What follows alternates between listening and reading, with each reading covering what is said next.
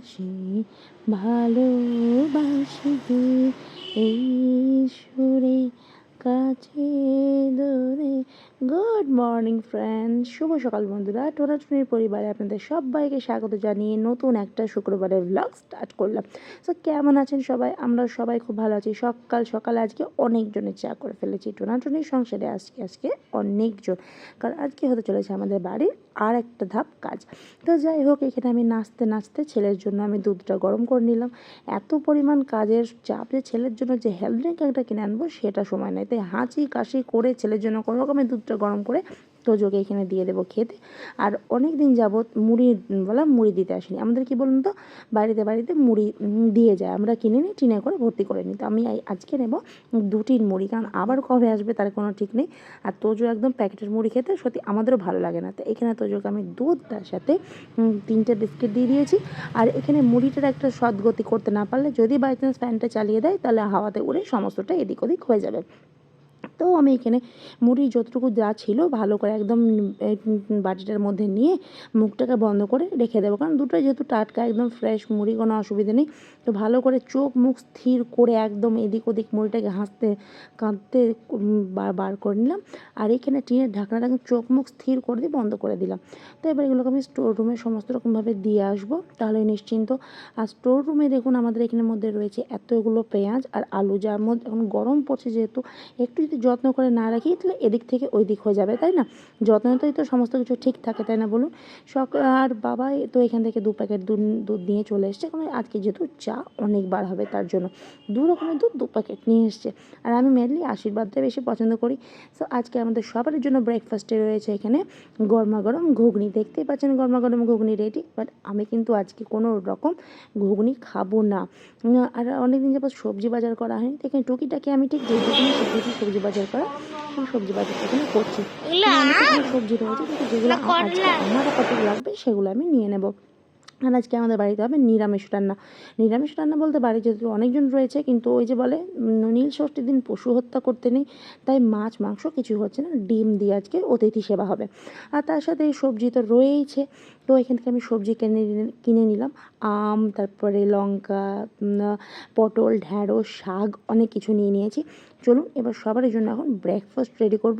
মোট 6-7 জন ব্রেকফাস্ট করবে। এখন দেখতে পাচ্ছেন সমস্ত রকম কেটে একদম গুছিয়ে গাছিয়ে নিয়েছি, সেগুলো সমস্ত রকম দিয়ে আসবো। ব্রেকফাস্ট হয়ে গেছে কমপ্লিট, চা যাচ্ছে ছাদে। আর এখানে চলছে আমাদের সমস্ত রকম সেটা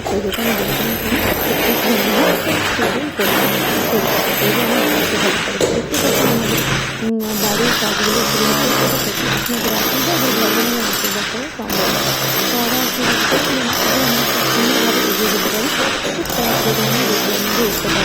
গরমের মধ্যে আর এই ধুলো নোংরায় একতলায় প্রাণটা হাঁসফাঁস করছে।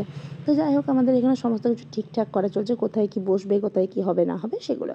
তো এদিকে ঠুকঠাক চলছে এখন। আর আজকে সারা দিন যে পরিমাণ ঠুকঠাক শব্দ কানে ঝালাফালা করছে, যার জন্য আপনাদেরকে এরম করে ভিডিওটা দেওয়া। নাহলে এত পরিমাণ শব্দ আমরা থেকে আপনারাই মাথা আপনাদের খারাপ হয়ে যাবে। তো যাই হোক, এখানে বাবা আরও সবাই ছিল। বেশ আজকের দিনটা খুব খুব মজা করে কাটলো। আর এদিকে চলুন দেখাই তোজো ডান্স করছে।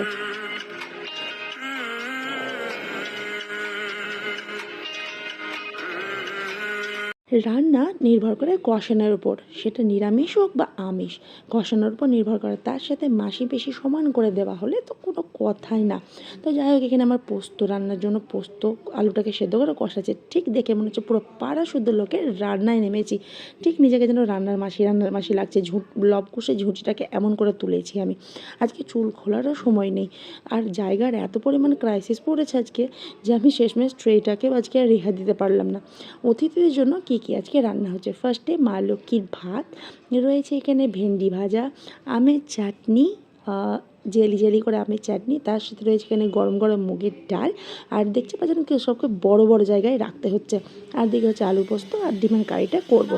তো তোজোর আজকে ইচ্ছে হয়েছে ওকে স্নান টান করে মায়ের হাতে খাবো। ছোট বাচ্চার ইচ্ছে পুরনো রাখতে নেই, এই বয়সে আমাদেরই তো ইচ্ছা করে, তো ও তো অনেক ছোট। কিন্তু ইচ্ছে থাকলেই তো সবসময় উপায় হয় না, তাই না বলুন? আর এদিকে আমার আজকে স্নান করার পর্যন্ত সময় হয়নি। তো দেখলাম কাজে যখন লেগেছি, ঝাড়ুদার পোছাদার যখন হয়েছি, সমস্ত কিছু ক্লিন করেই তবে স্নান করতে যাব। আর আমি তো খাবো নিরামিষ, তাতে কোনো ব্যাপার নেই, আলাদা করে রাখা রয়েছে সব কিছু। তো যাই হোক মুছে টুছে দিলাম, একদম লবকুশের মাসি হয়ে ঘরগুলোকে ক্লিন করে নিলাম। আর আজকে এত পরিমাণ ঘরে ধুলো, আর আমার ধুলো দেখলে নিজেকে ঠিক খুব ঝাড়ুদার হতে ইচ্ছে করে, পোছাদার হতে ইচ্ছে করে। তো যাই হোক এগুলো সমস্ত রকম পুছে নিলাম। আর তোজো বলছে, মা তুমি একটু এরমভাবে হাসো, তুমি একটু এরম করে হাসো।